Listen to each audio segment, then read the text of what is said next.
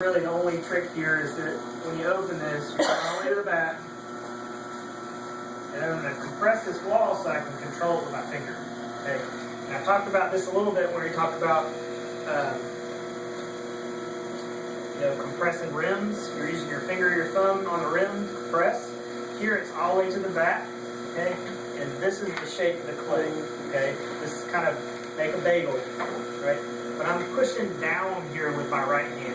Okay, if I don't push down with my right hand and I pull out here, it's going to separate from the wheel. Once the clay, the inside of this clay passes this diameter, it will come off. Okay, so I have to push down. I'm pushing down here. Huh? Is it like about the same push as like when you're pushing down on a big piece of clay? I'm pushing down so that it wants to spread out. Okay. Yep, pretty hard. And so on my inside hand, I'm keeping this shape and I'm going to pull the clay out towards myself. Okay. So I'm going to push down, keep that attached to the wheel head. But real quick, why would you make a bottomless piece? I'll show you. Shape. Oh, so you can do that. Make that big round thing up there. For things, bottoms for things. I mean, that's an option. You know, you guys, the ring up there, if I threw a donut like this, okay, and I split this, so I'm going to split this here, and throw this side, and then they meet in the middle, so it's like a tube, right? Or if this had clay in the middle, I could throw like a little bowl and a big bowl and have a chip and dip. Right? There's a billion things you can do with this stuff, so we're not doing that. That's easy. What's that? That's easy. Right, but this is no more difficult than what we did here. Okay? You need a back, clearly. This has no clay at the bottom. Right? I'm going to just throw a cylinder. So I'm going to throw this cylinder first to the inside. I'm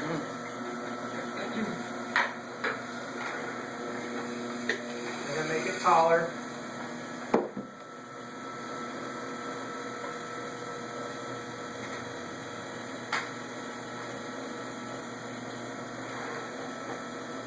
And now here's where your own sort of creativity, your own aesthetics have to sort of creep in. You know, if I make this taller, I can make, something like a vase. If I make it shorter, I can make a serving dish or some sort of decorative piece that might hold, could be as simple as candy or olives or, you guys that cook, I really envy you. I'm starting to learn. Since I had a baby, I'm now a chef. It's not gourmet yet, it's edible though. I'm learning. Alright, so I'm just going to straighten this out slightly.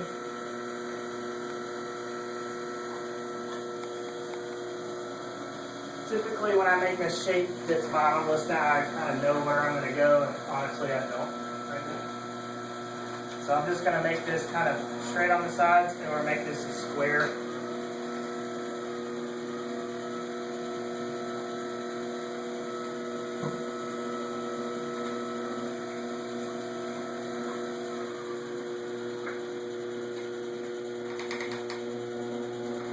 I'm going to go ahead and address this rim and make it a little bit more bold.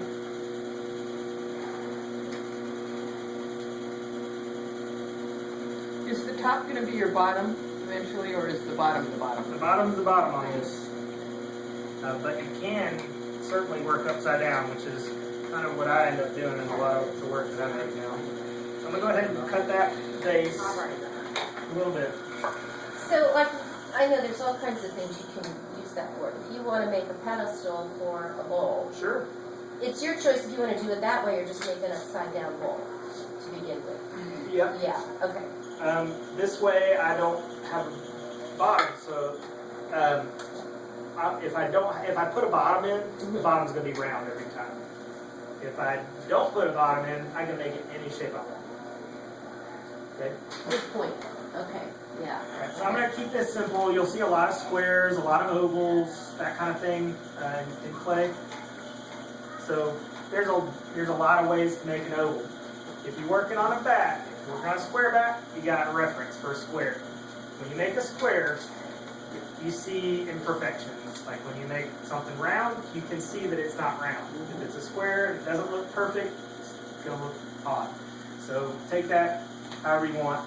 But a point of reference on these round bats is these little knobs on the side. Okay, this gives me sort of quadrants. So use that. Okay, don't just guess like that looks about half.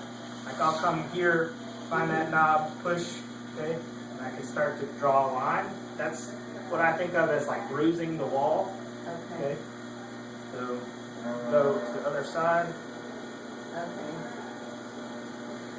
So if you want to make a picture that's oval bottomed, you might want to do that, and you do the whole thing, and then just squeeze the bottom later. You could do your spout and your everything, and just squeeze it later, and then put a bottom on it. Yeah, I mean, the bottom line is yes. I guess you could squeeze it Figuring out when. right then, because you could loosen it up and push it in right then too. Everything's going to give you a different quality. Like right now, I'm only going to get softness. The clay's soft. I'm only going to get a soft curve, a soft corner. Okay, does that make Yes. sense? So if I pull my wire underneath it now, it's going to stretch to one side.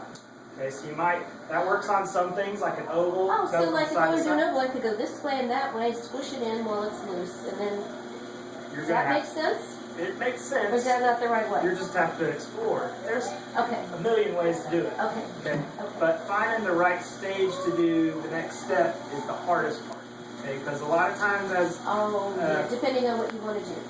the first time we make anything, first time I make anything, I want to do the whole thing to figure it out. Where normally it's you do one step and wait, and then do another step and wait. Okay, so what I'm going to do is I'm just cutting under this, and I'm going to try to show you how to do too many things at once. Hit it. All right, so again, I'm going to take the bottom and push it towards that corner. So you're basically making a bottomless so you can then add it to another pot later. No, I mean this could be the whole bottom. Just put base on Just it. put a bottom on it. All right. Right, so you're adding something else to it later. Do you need a bottom to it? It does need a bottom, sure. That's where I kept getting lost. It's like, what are we using it for? There has to be a AJ, bottom. is it purposeful that the bottom is wider than the top? Just because it was made that way. Okay. But it really, your forms, I think my forms look better when they have an angle in or out. They're really straight. They get kind of sterile. So this is, obviously a diamond shape. But if I wanted to make this more like an oval, I can really stretch this. Okay. To an oval, right? Okay. Obviously, if I wanted these edges to be sharper, I'm going to have to wait until they're hard. And I can take a paddle, I can take a rib. Like later on, these ribs right here are great. Yeah. Obviously, the clay is too soft, but you can see that edge You is can make a totally really different. No, I don't totally want to different than this. I don't want to call it Right. sharp, but definitive Right. edge. So there's a lot of things you can do here. Right? I mean, this was just sort of it's the idea. The idea Like a spinning thing. of freeing this up a little bit. If you want to make like a little Cabana vase or something like that, like this might be it. Then later on, I'll show you how to do the bottom. Okay. And that's